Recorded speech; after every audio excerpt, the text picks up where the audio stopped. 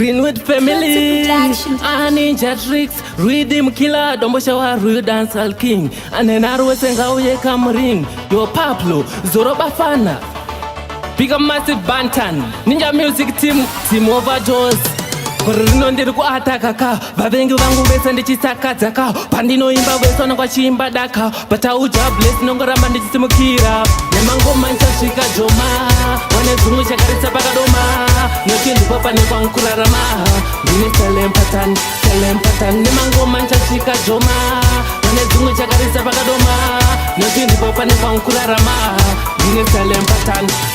umarachambisa vese sesjori chembere munasa chageza mabori wandinoitira zvakaipa nongoti sori pamangoma watonditi ndini munyori mangoma tisu mablicha madinga slogan edu tiri kumaticha vachiri matsaga unokejawasotoericha manija tisu tiri kuwaticha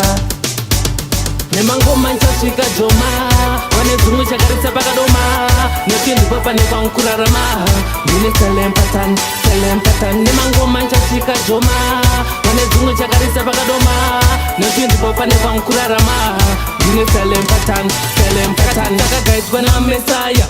stofaisobena pankewaya selempatarititejamukakwangwaya toita zvedu tega ayo zvenyumaya pari pamangoma ndakora ndakoreswa manamba ndinorowa angori klasiki ndakuzikanwa nemapurisa etrafiki rikuimba zviri soba nabhema pasifiki nemangoma nchasvika joma wane zungu chakarisa pakadoma noti ndipo pane kwankurarama ndine selempatan nemangoma nchasvika joma wane zungu chakarisa pakadoma noti ndipo pane kwankurarama ndine selempatan umarachambisa vese sesjori chembere munasa chageza mabori wandinoitira zvakaipa nongoti sori pamangoma watonditi ndini munyori mangoma tisu mablicha madinga slogan edu tiri kumaticha vachiri matsaga unokejawasotoericha manija tisu tiri kuwaticha nemangoma nchasvika joma wane zungu chakarisa pakadoma noti ndipo pane kwankurarama ndine selempatan nemangoma nchasvika joma wane zungu chakarisa pakadoma noti ndipo pane kwankurarama ndine selempatan